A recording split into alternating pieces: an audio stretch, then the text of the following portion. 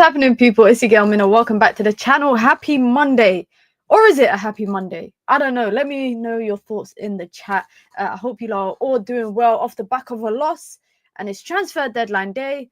Looks like Man United ain't doing nothing in the deadlines.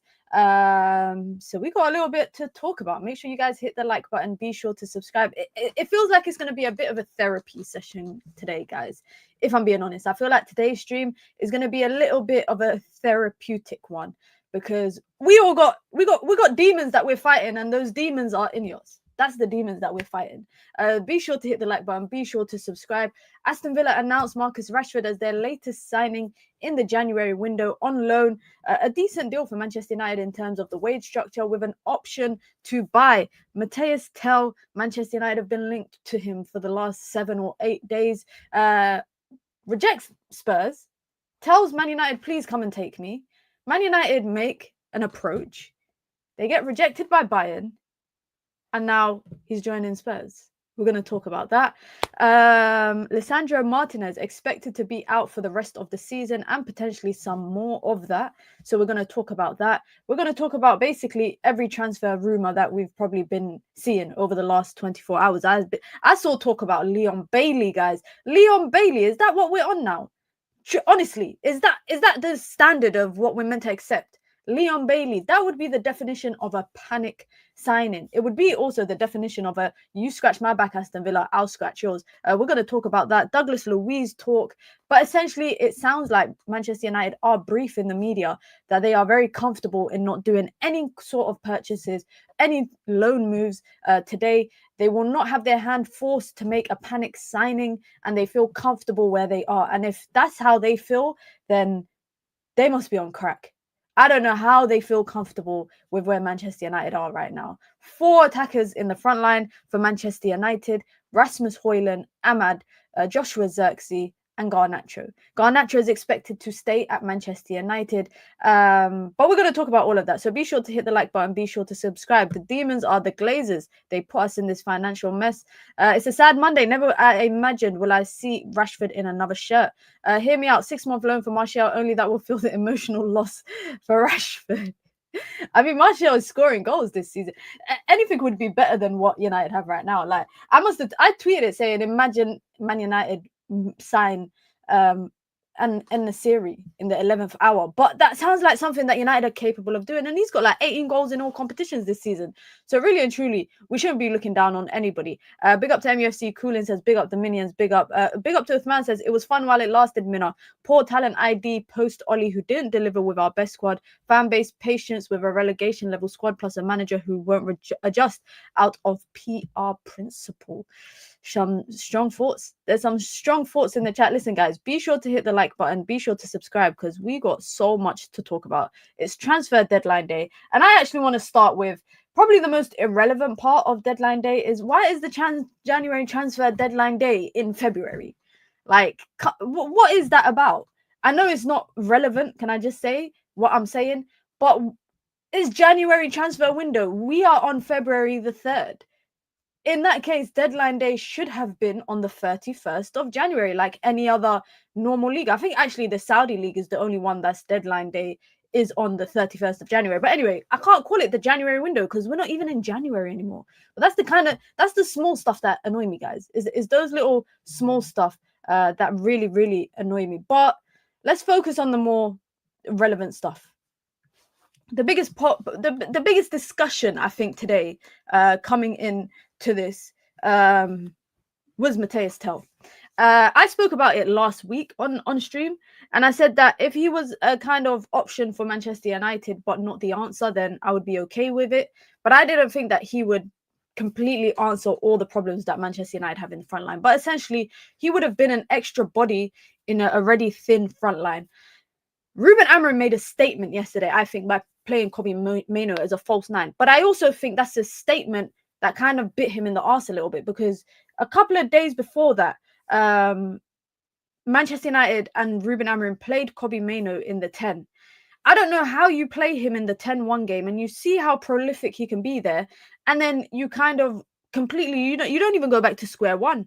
You go back to you go to a new kind of experiment and think, let me try him at false nine. It didn't work. Whether it was a statement from Ruben Amorim or not, I think that's a different question. I do think it was a statement from him. I mean, to bench 100 million plus of striker signings on the bench and leave them on the bench, that is 100% a statement to the ownership, to the recruitment team that, you know what, the strikers that I have right now are not good enough, so I'm going to play a midfielder up front.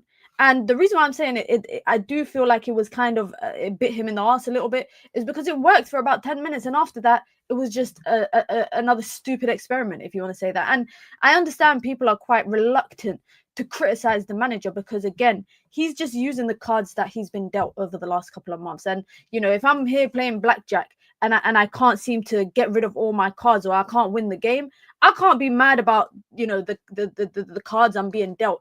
I have to make do with what I have, unfortunately. And I feel like that is the situation that Ruben Amorim finds himself in right now. Now, I believe 100%, there is a feeling in me that Ruben Amorim could walk if things get worse. As the months go on, Manchester United have picked up 14 points. Man United have picked up, guys, 14 points in the last 13 Premier League games. Man United have won 2 in 7. It is real relegation form. And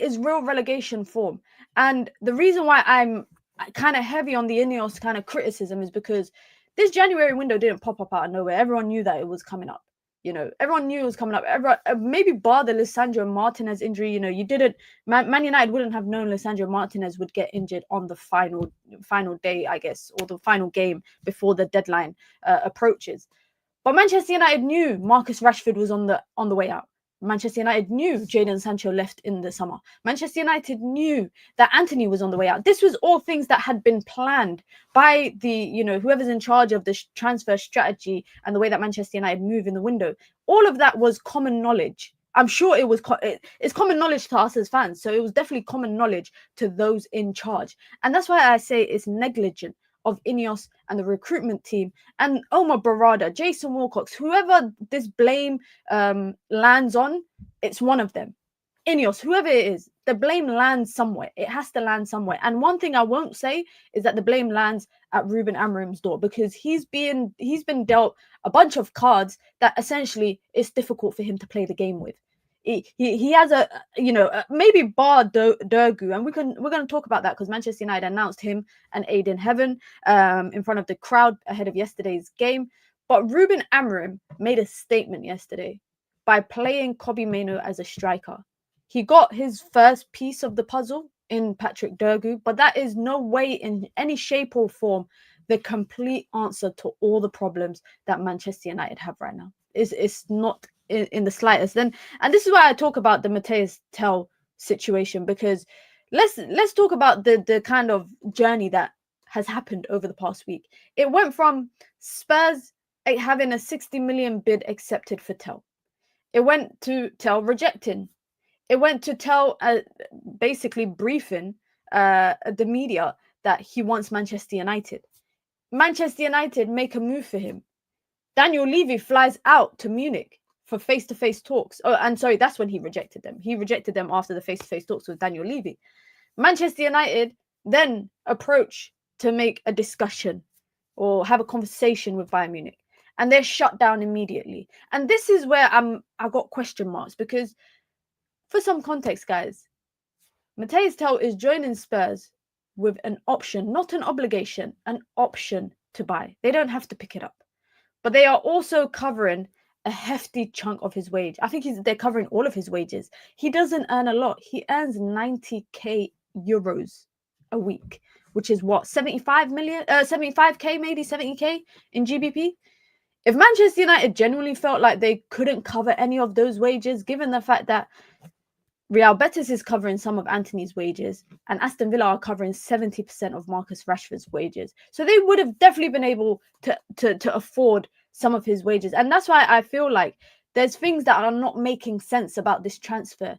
Manchester United walked away reportedly from it because Bayern Munich were trying to force their hand at an obligation, but yet they accepted Spurs' 60 million bid, which would have been 60 million guaranteed in terms of revenue, and accepted a loan from them instead.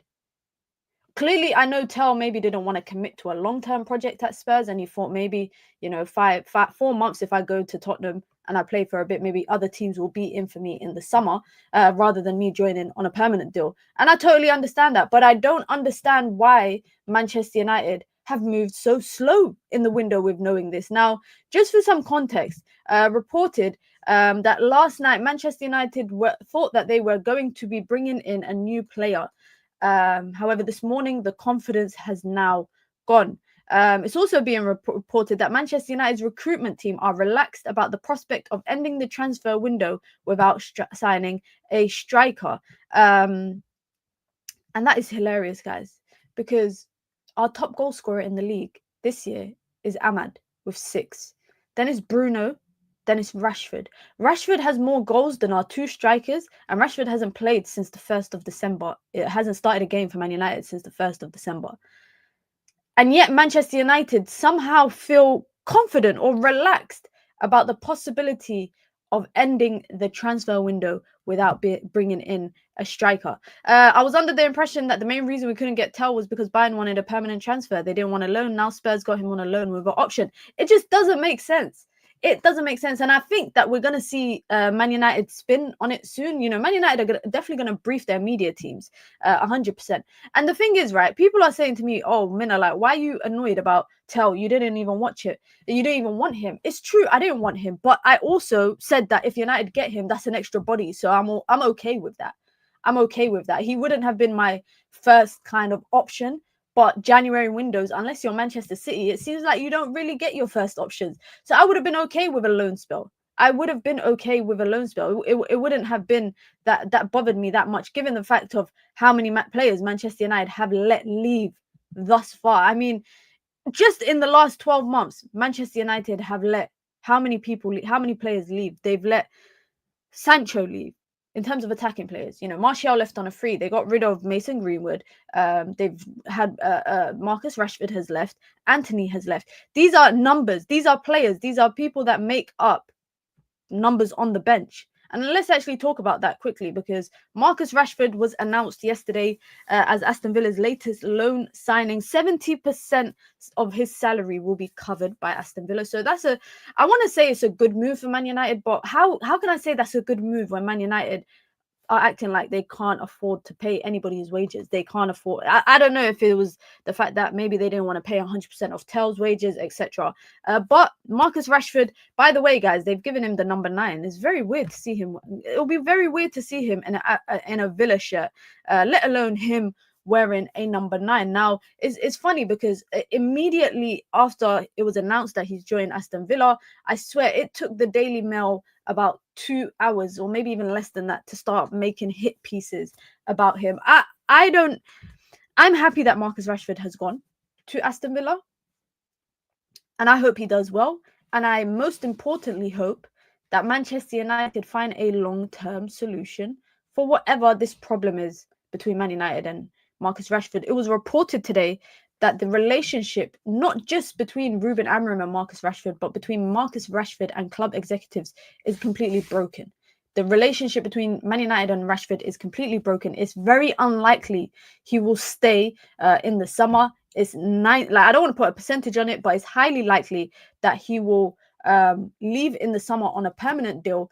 And obviously, we found out a couple of days ago that him and Ruben Amorim were not even on talking terms. Now, you know what is so funny, guys? And this is why I'm saying we have to hold the structure and the ownership accountable. Because Man United briefed media they briefed their media connects this idea or this notion that if Marcus Rashford leaves, it will free up space to bring in another player. Right? Do you guys remember reading articles about that? Excuse me. If Marcus Rashford left, and now they're briefing the media, oh, we are fairly relaxed about not bringing in anyone on deadline day. Now, the argument from Manchester United is reportedly they don't want to panic buy. They don't want to have their hand forced to signing anybody. But just at the beginning of the window, they were saying, if we're going to bring in attackers, we have to get rid of Marcus Rashford. It was like Marcus Rashford was the boogeyman, and they had to get him out of the door if we wanted to see anybody coming through the door. And you know what's even funnier? Yeah, Man United haven't signed anyone, but I wasn't even swayed or moved by the players that Man United were linked to.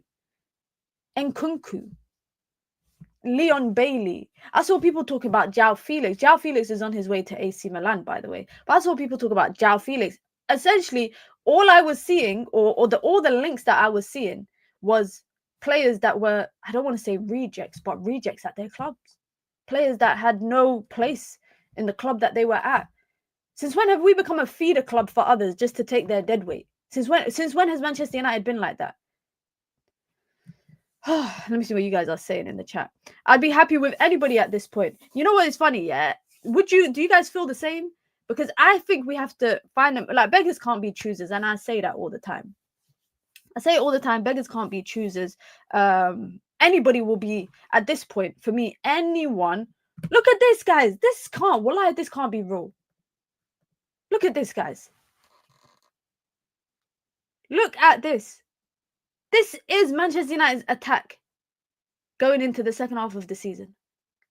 We have a guy that can't hold the ball, and a guy that can't win an aerial duel, and a guy that can't make a proper I'm not going to sit here and go into each player because it's not their fault at the end of the day that Manchester United haven't brought anyone in. But let me ask you lot a question. Garnacho. Do you think Manchester United will now regret? Whatever happened to the guy from Portugal, Gonzalo Ramos? He's at PSG, bro. He's at PSG. People are expecting we win Europa with that crap attack, and our best player is a right wing back. That attack or Leicester's attack. You know what? Who scored more goals in the league? It's crazy, guys. Our top goal scorer in the league is Ahmad. He's got 6 goals. 6 goals. 6 in the league. You guys, it's going to get dark. Like, genuinely, yeah. I was thinking to myself today, yeah. I was like, maybe I should just accept that I was lucky enough to be grown up in the times that Manchester United had their glory days. You know, I was thinking because I got cousins, I got nephews, I got nieces who are United fans, and they're like teenagers. So all they've ever known is United being crap. But at least when I was a teenager, I was going to school on the back of Man United winning a double. I was going to school. Manchester United just won the Champions League. But I was thinking today, yeah, maybe that's like, maybe I need to accept that as a thing of the past, and I don't want to accept that because then I'm just accepting mediocrity. But I genuinely feel like maybe it's time for us to start accepting this is what Manchester United will be for the foreseeable future. Because you know what? Over the last decade, yeah, every other season, I'm like, yeah, we're back. We're gonna be back. We're gonna be back. But now, maybe it's time for us to just accept. We need to accept we were a thing of the past, and I don't even know when it gets better. Because do you guys feel like it's going to get better? Like, do you guys feel like it's actually going to get better? And I'm not even bothered checking deadline day news today because I know wallahi guys, I'll be so shocked if United sign someone. I fully have accepted since I think yesterday that United were not signing anyone. I accepted it. And I look at people like the ownership, Jim Ratcliffe. The decisions made in the summer have set Manchester United back. If we were already set back by 2 seasons, we've been set back by 4. You're talking about Omar Barada saying United need to be contending for a title in 2028. That's not a far away, guys. That is not far away. That's literally a couple of years away. May Allah allow us to see it in full health. But Omar Barada, Jason Wilcox, these are the decision makers at Manchester United right now. The decision makers who decided, by the way, it was reported by The Athletic that prior to Erik ten Hag's sacking off the back of the international break, it was that West Ham game after he got sacked. But prior to that international break, the international break before that, Manchester United had already decided to sack him. They just had to wait to get things in place. So they let him stay for another couple of weeks. That ran us into the ground even more. They made a decision in the summer off the back of no consultation from the footballing experts that they appointed, and then blamed it all on Dan Ashworth. They blamed it all on Dan Ashworth. Jim Ratcliffe sacks Dan Ashworth, after a couple of months in the job, for one of the reasons being that not enough cuts. Not enough financial cuts were made, alongside other stuff. You see where the priorities are. The only good news that you see about Manchester United right now, is about a flipping 100k stadium capacity that they're trying to build, and the regeneration approved by the government, and all the lobbying that they're doing in different parts of the government, because they're trying to get the government to invest in the regeneration in and around the area by building houses, building transport networks, and then they're going to build a stadium. By the way, guys, The Athletic reported that said Jim Ratcliffe was interested, and this was last month, guys. I'll pull up the article if I have to. Jim Ratcliffe was interested in getting Jeff Bezos and Elon Musk to invest in Man United's new stadium. This is a joke. We have to call it what it is. It's a joke. Who cares, if you have a 100k capacity stadium when we're losing how many games in a row? When we're a mid-table team, who wants to go to a nice new stadium with TVs so we can watch the VAR, but we're in the Championship? Who the hell cares? Don't be surprised if we don't get 40 points. Honestly, we should expect the unexpected with this team. I expect nothing. How about that? I go into every game with zero expectation. Zero expectation. Don't ask me for predictions before a game. Don't ask me for predictions about a starting lineup, because I have absolutely no expectation. None. And you know how unfortunate that is as a football fan? That is so unfortunate. We have to accept the reality at the moment, but surely we will rise back. The club has just to block out all the noise and put some work and stop all the PR and statements and stuff. You know what bothers me is that the most things that I'm just hearing about the team all the time, about Manchester United all the time, is about this regeneration project and how great it's gonna be. Be good on the pitch. We could talk about a stadium afterwards. Maybe that's just my opinion. I don't know if you guys agree as well. Honestly, I don't know if you guys agree. But let me know your thoughts in the chat as well. Be sure to hit the like button if you've come through just now. We've got over 120 people here, and we don't even have half of those likes. Let's try and get 100 likes at least before halfway through the stream, and then we got Straight Jacket podcast after this as well. So I can't wait to hear what Nuruddin has to say. But make sure you hit the like button as well. It really helps with the algorithm of the channel. If you want to join the membership club, you can. It's the pinned comment in the chat. You get your badges, you get your emojis, you get your custom member content, and of course you get to support the growth of the channel. If you want to support the channel in alternative ways, you can by sending in super chats with your comments, with your questions, with your thoughts, or just to show some love. Again, that also goes a long way, and it also helps me reach my goal for the stream.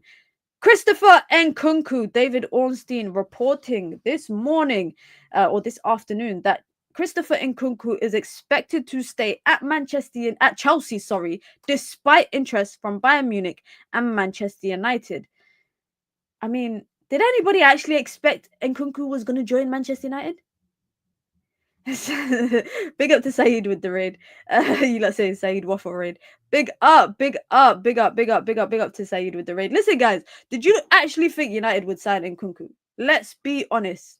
Because in no way or shape or form did I ever think we would end up with Nkunku. Even when we were linked to him. And I'm going to speak about this because I don't know what's worse. I genuinely don't know what's worse. Being linked to Nkunku or being linked to Leon Bailey. I actually thought, guys, genuinely speaking, when I saw the news about Man United inquiring about the potential idea of Leon Bailey, I just thought, okay, just end the season there. Just end the season there. Forget the league, forget Europa, because there's no way Manchester United would ever look at what they need and look at Leon Bailey and think, that's my guy. That we're not getting either. Anyway, you know what's funny is right now it's like us sitting here basically. It's like we're sitting here discussing different types of meals, but we're fasting, so we can't even eat. We're fasting, so we can't even eat. That's how it feels right now. You know, in Ramadan, have you guys ever been on... I'm guilty of this, yeah. During Ramadan, I scroll on TikTok and I watch like food recipes and all of that kind of stuff. I'm fasting. But I don't know. It's a good way to kind of just not be hungry. But I feel like that is what United have been on in this transfer window. We've been looking at players and, interested FC, tracking FC, all of that stuff. But we all know deep down, we are not ending up with anybody. We all knew deep down that we are not ending up with anybody. And I don't know, man. That's why I'm not doing a stream later tonight as well for 11 a.m. deadline, because I know that we are not ending up with anyone. Big up to Lil Yo-Yo, been a member for 13 months. Says Ineos are frauds of the highest level. Amorim is screwed. Just on Ruben Amorim quickly. How many of you guys think he walks? How many of you guys think that he will walk? Because I said this weeks ago. I remember saying this weeks ago on UV. I said, if Manchester United do not sort out the crap going on in their backyard, Ruben Amorim will walk. He will walk. I'm sorry, because the fact that you are resorting to playing Kobbie Mainoo as a false nine to prove a point, well, we could say it was tactical. I saw the tactical side of it for about 5 minutes. And if he was to walk, guys, the reason why I say I wouldn't be shocked is because they're hanging him out to dry. Ineos are letting him down in this window. No one's saying do a Man City. Man City got slapped 5-1 yesterday and spent 60 million today on a midfielder. I'm not saying you have to go and do that, but surely you bring in some resurgences that will at least help elevate the level of what Manchester United have right now. Because the level right now at Manchester United is here. If you just want to take it up a little notch, I'm sure that 1 or 2 players on loan could do that. It could elevate it. Zaizu defo should have played yesterday for sure. Yesterday I was watching him and it got to like the 60th minute and I was thinking, why is he not making a sub? It looked like he was reluctant to make any change in the game. And I don't know where that reluctance came from. I don't know if it was because he's genuinely fed up of the players that he has at his disposal, if he's trying to prove a point. But he didn't make a change until about the 80th minute or around the 80th minute. Yeah. And that is a man for me that is running out of patience for what he has right now. That is easily, without a doubt, a man who is running out of patience to what he has. What's even worse, by the way, is the Lisandro Martinez injury. The Lisandro Martinez injury makes everything much worse. And I sat here after Manchester United had been announced that Manchester United had signed Aiden Heaven. And I'm not going to judge him. Like I said, I don't know much about the kid. I didn't know much about him in Arsenal's academy. He wasn't a player I was familiar with, unlike, Lewis Skelly or Wanyeri or whatever. But if Manchester United think he's the answer to what the problems that they have in the defense, they're taking an easy way out. Now, I know it was reported that United were moving away from the prospect of Jared Brantwaite even in the summer.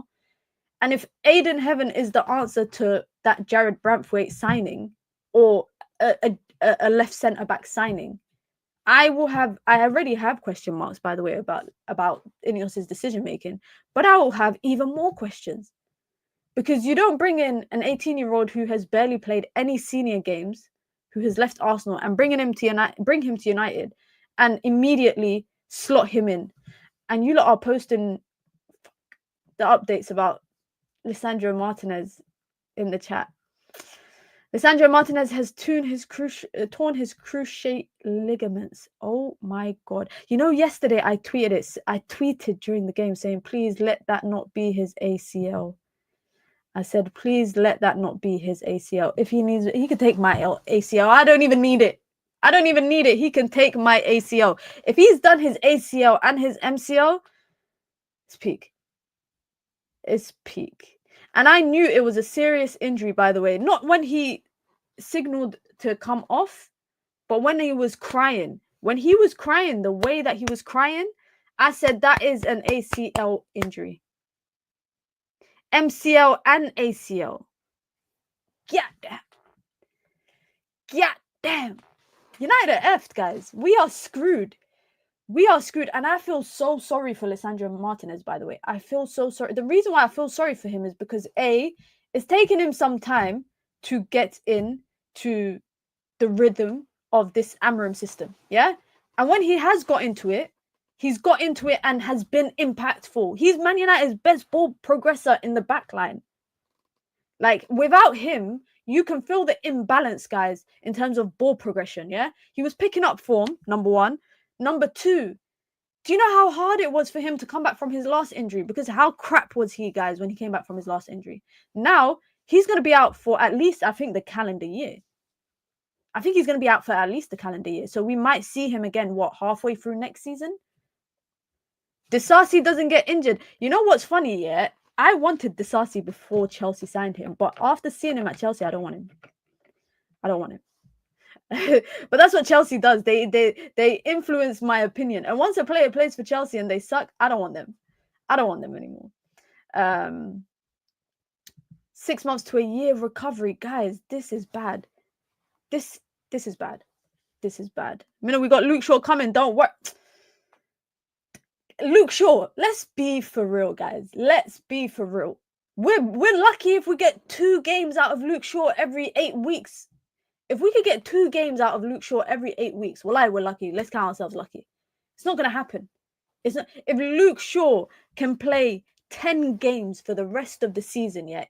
No, you know what? If Luke Shaw can play 6 90-minute games, yeah, for the rest of the season, I will gift 10 memberships on my channel. I will gift 10 memberships to subscribers on the channel. If he can play 90 minutes, 6 games for the rest of the season. That's how many games we got left, by the way. There's a good 30 games left of the season, or near enough. So if he can give me 6 90 minutes, I will give 10 memberships on the channel. And I'm that confident it's not going to happen. Big up to Tag for the super chat. Says it's still early days. Amorim only had half a season. He's our guy. Watch next season. Big up to Minute Football. Sub up, guys. You heard him. I have no qualms about Amorim, guys. I have question marks to decisions that he made the weekend. But in terms of my overall opinion on Amorim, it hasn't changed. And I still very much believe in him. But the question is will he be allowed or will he be backed? I hate the term backed, but will Ineos back him to the extent where they're giving him what he needs and creating an environment for him to succeed? Big up to Riri with the super chat. Big up, sis. Says, bless up, Mina and all the minions. Big up, sis. I hope you're doing well. Make sure you guys hit the like button if you've just come through. We've got over 900 people here and we don't even have, guys, we got over 900 people here and we have less than 200 likes. We have less than 160 likes. Come on, guys. It really helps with the algorithm on the channel. And don't go anywhere after this stream because we're going back to Zaid's channel for Straight Jacket Podcast because I know Musa got a lot to say. I can't wait. Wallahi, if Nuruddin is there today, I need to be like this the whole time. I need to sit on the stream like this the whole time. Big up to Nuruddin. So don't go anywhere because we're going to redirect as well after that. Make sure you hit the like button, guys. Don't be a disgrace. If you want to join the membership club, you can. Minions Gang. You get your badges, you get your emojis, you get your custom member content, and of course, you get to support the growth of the channel. If you want to support the channel in alternative ways, you can by sending in super chats with your comments, with your questions, with your thoughts, or just to show some love.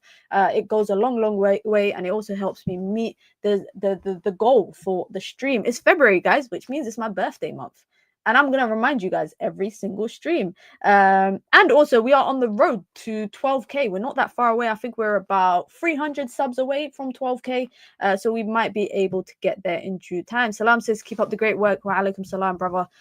Thank you very much. Earplug settings. Now honestly, guys, I might have to put on noise cancelling headphones, just sit like this the whole time on the stream. If I just sit like this and hold my ears, I might have to do that because today we're gonna see a Nuruddin that we've never seen before. I'll try my best not to provoke him, but no promises, guys. You know, sometimes I like to wind him up. I like to wind him up sometime. Big up to Done and Dusted with the super chat. Says, big up Mina for the great content. Much love, my brother or sister. Brother, sister, whatever. Big up. Mina, what you want for your birthday, sis? I don't know, it's a big milestone this year. It's a huge milestone. But I haven't decided what I would like. for my birthday. Me, I'm a simple person. Oh, you know what I want, guys? I want a Luka Doncic jersey. If you follow the NBA, Luka Doncic got traded to the Lakers, and I am a Lakers fan, been a Lakers fan for the best part of nearly 20 years. So that's what I want for my birthday. But it's not available on the website yet. I was looking at it today because I wanted to buy it, but it's not available yet. Big up to English Talent FC, says Saeed blocked me on YouTube because I called out Ineos. Don't worry, I'll tell him to unblock you.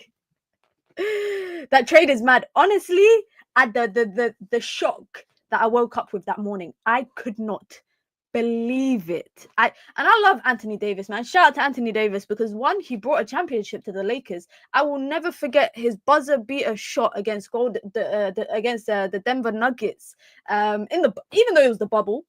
Yeah, people say it's got an asterisk on it, but I don't care. His buzzer beater shot to win the game in the Western Conference Finals. I think it was like game 3. I'll never forget that, Anthony Davis. But he brought a ring to the Lakers, and he also brought Luka Doncic.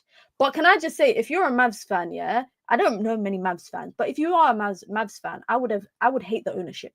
I would actually hate the ownership because the fact that the general manager of the Mavs just approached the Lakers on a whim and was like, yo, do you guys want Luka Doncic? And Rob Pelinka couldn't believe it. He was so shocked, apparently. He said, absolutely, yeah, what do you guys want? Anthony Davis, yeah, no problem.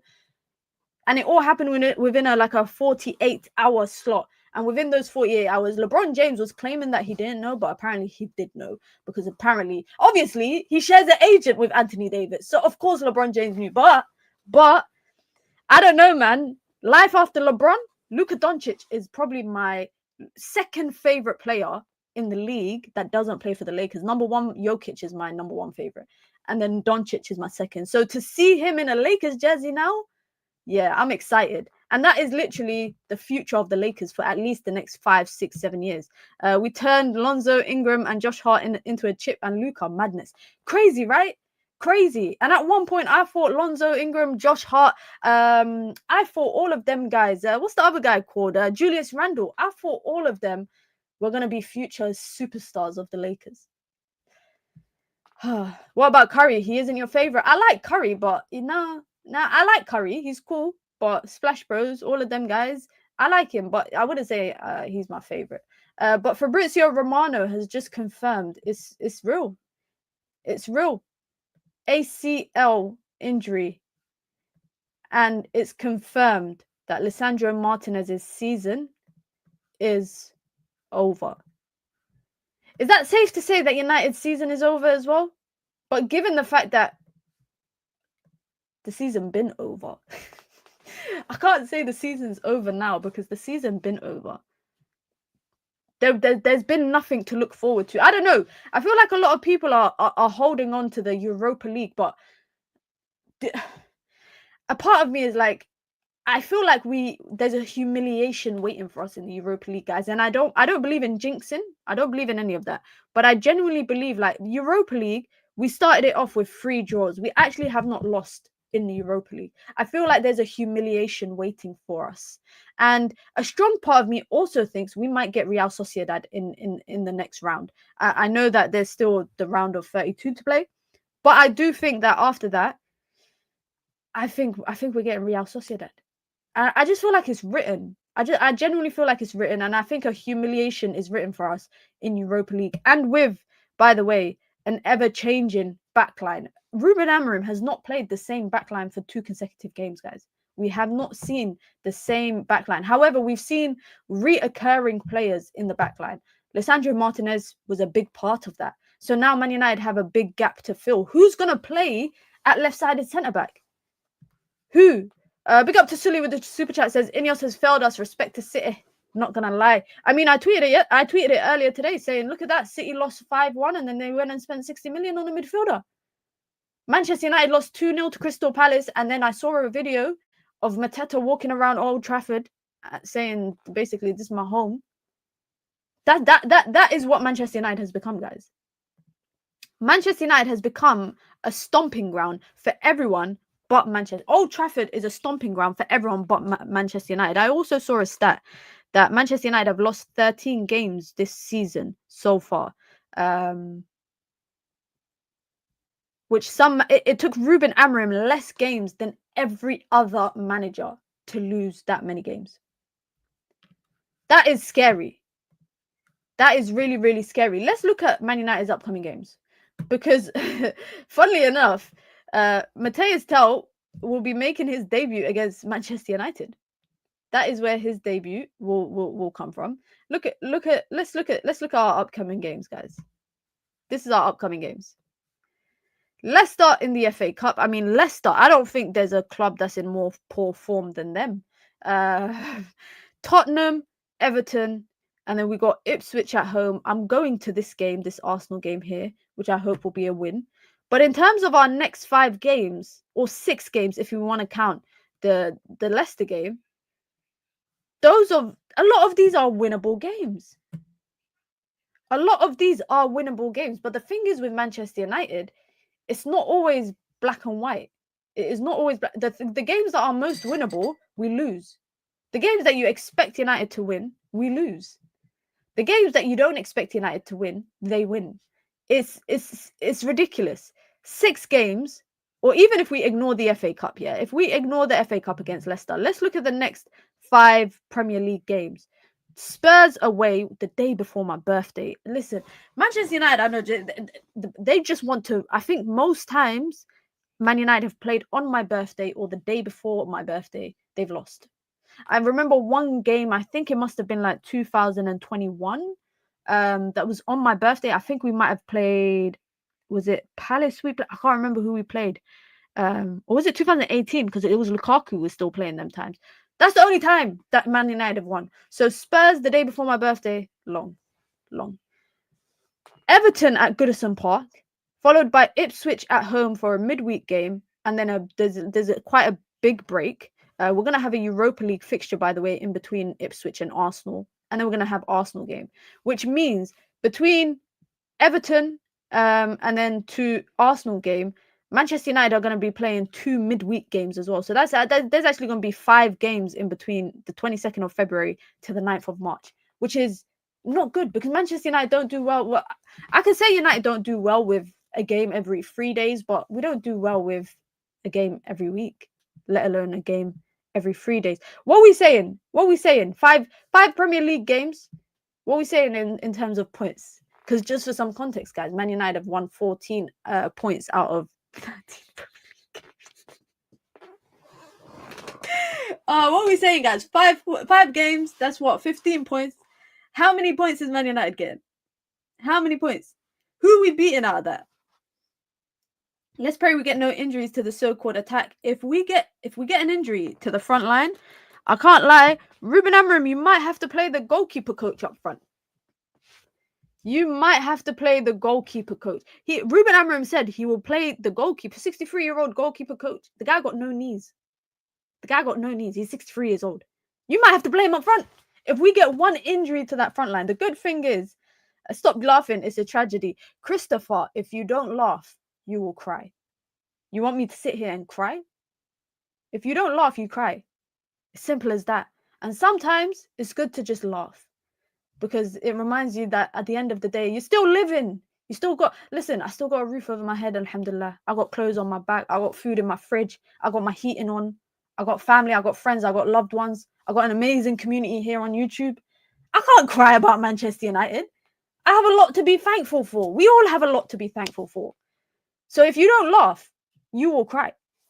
Play the 17-year-old Arsenal former player striker, Chido Obi Martin. I don't know if we're going to see him anytime soon.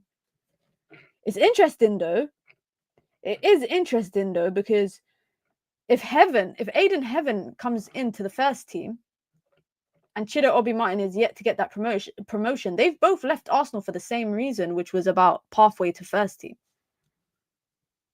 United might lose all, you know. Imagine if United lost all 5 Premier League games. Let's look at our record. Fuck that. I don't want to do this because I saw a really bad picture of basically Manchester United's record.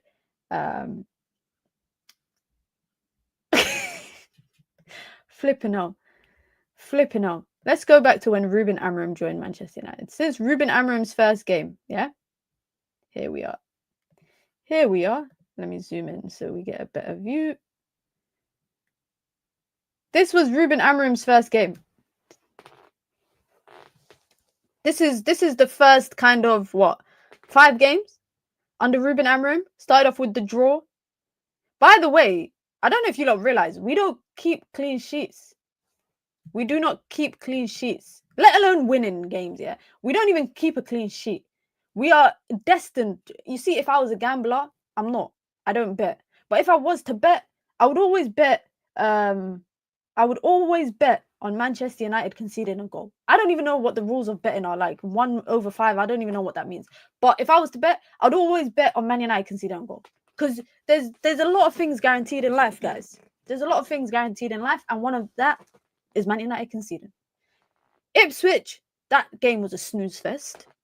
What was that, when we scored in the first minute? Bodo Glimt, I can't even remember half of these games, guys. Do you know the funny thing is, I can't even remember these games, but I know they weren't good. Everton 4-0 was probably the best performance I've seen from United in terms of an all-rounded performance. We could talk about City, we could talk about Liverpool, Arsenal. In terms of all-roundedness, that Everton game was the most I've saw in terms of the Amorim system and the Amorim way of football. 2-0 at the Emirates, dead. 3-2 Forest, I think everyone knew we were going to lose that game. Wallahi, the fact that we conceded to a team called Victoria Pleasant, that says a lot.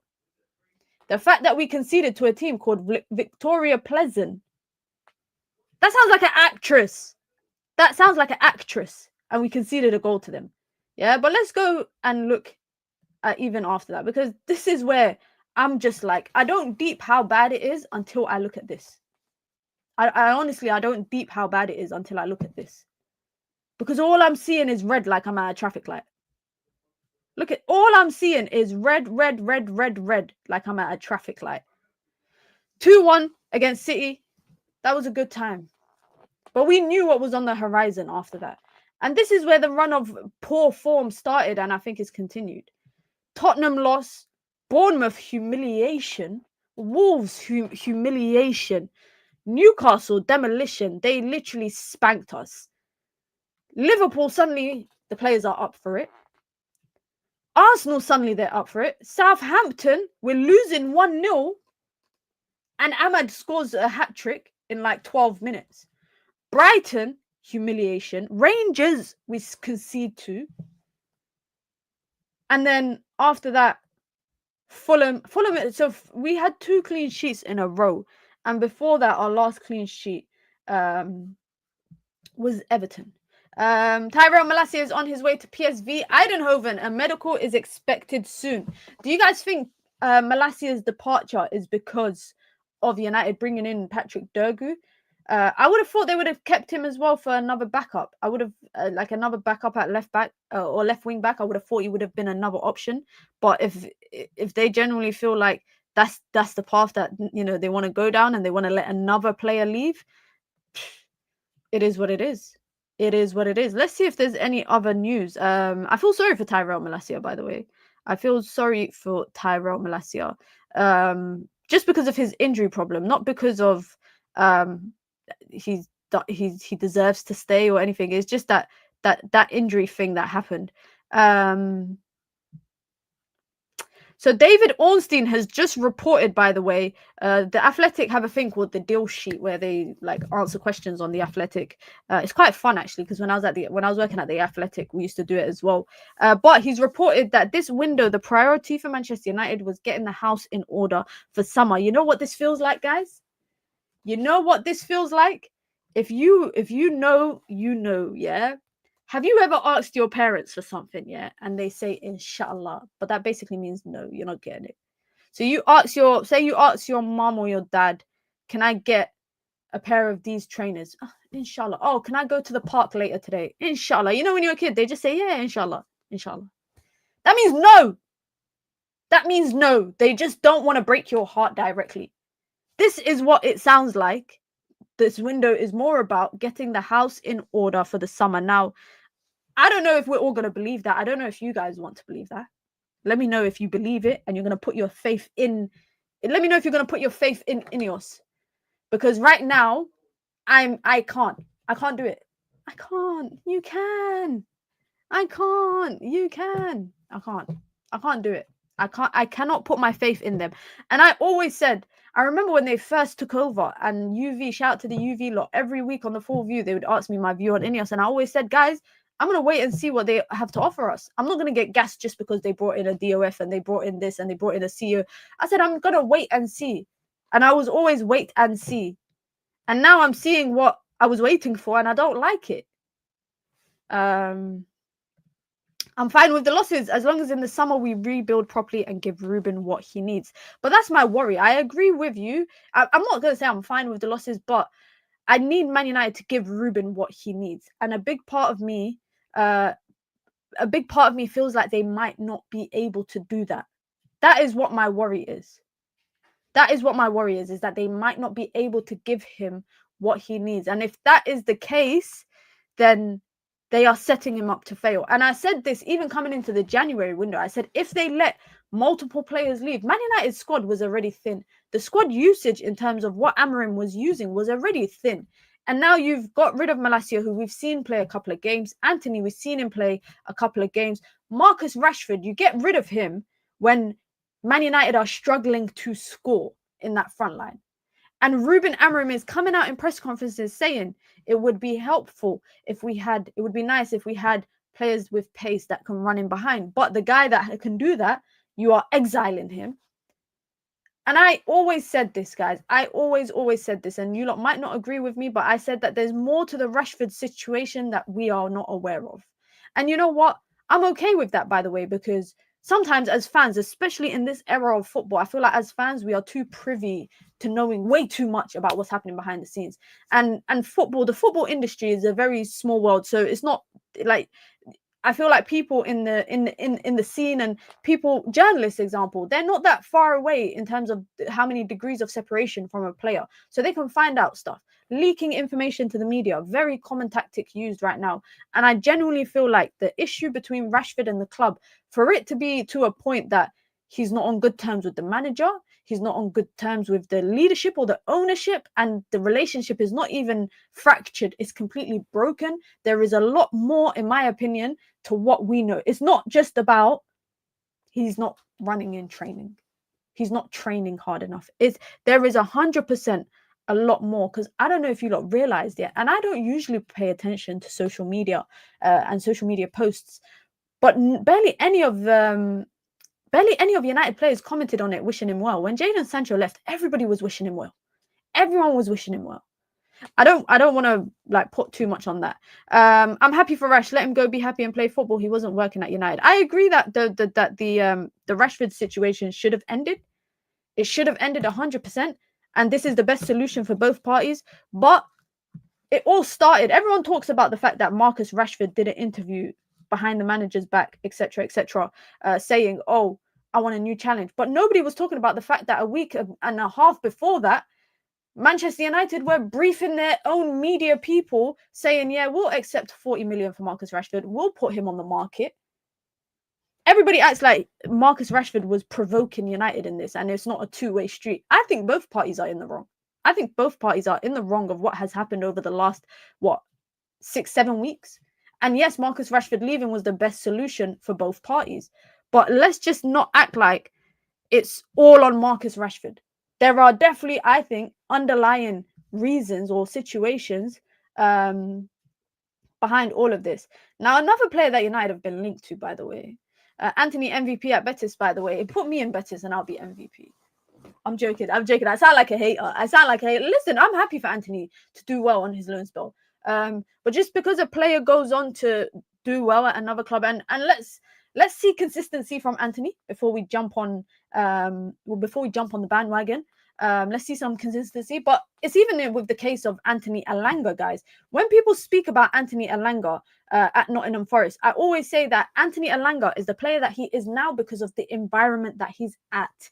at Nottingham Forest. If Anthony Elanga had stayed at Manchester United, he probably would not have become the Anthony Elanga that he is right now. And I feel like that's what we need to understand. McTominay is thriving at Napoli probably because of the environment and the system that allows him to thrive. When you are at Manchester United, and especially Manchester United now, right now, that is a chaotic Manchester United, where there is barely any strategy or structure in terms of what we're seeing on and off the pitch, you're not going to flourish.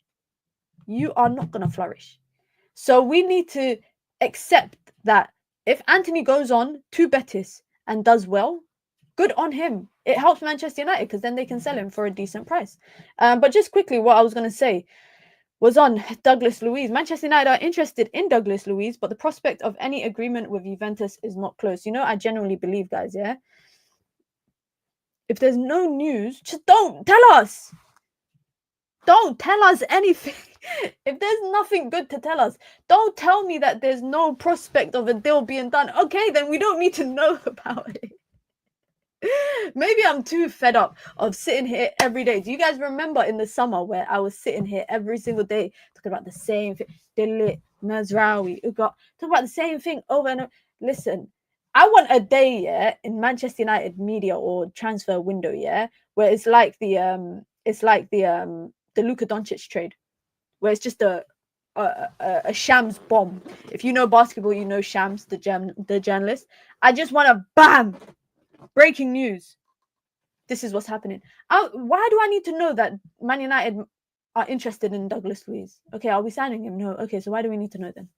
Why do I need to know Manchester United are looking at Leon Bailey? Are they signing him? No. Okay, so why are you telling us? Why do I need to know that Manchester United like the idea of Christopher Nkunku? Are we signing him? No. Okay, so why do we need to know? Why do we need to know? I'm telling you guys, if you don't laugh, guys, I promise you, we will cry. There's a clear pattern with the results. All losses under Amorim are at home. I've been to Old Trafford a few times this season, guys. I actually haven't been since Ruben Amorim had his first game. I haven't been, since Ruben Amorim has been appointed.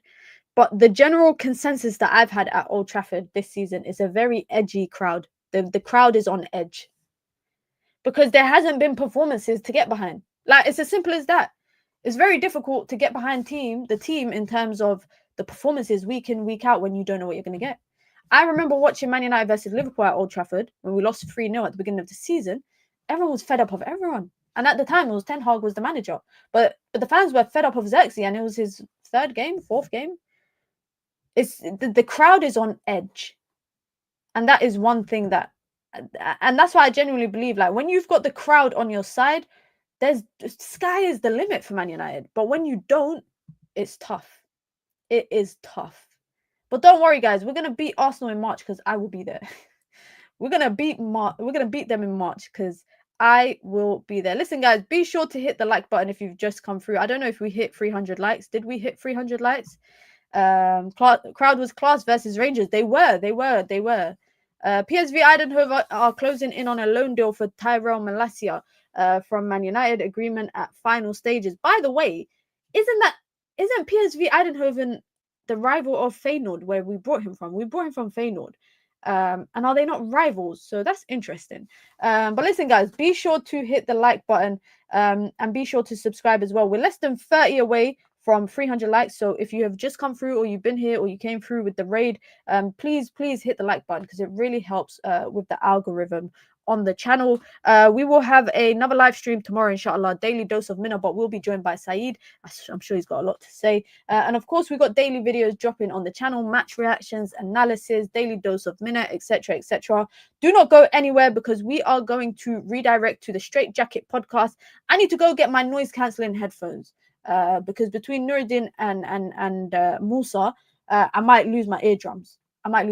Today. But do not go anywhere, guys, because we're going to redirect. Make sure you hit the like button. Big up to everyone that came through. Big up to everyone that sent in a super chat. Anyone that came through with Saeed on his raid. And I'll catch you lot on the Straight Jacket podcast. We're out. Make sure you go to Saeed's channel and say Minions Gang. Minions Gang. That's it in the chat. We're out, guys. Peace.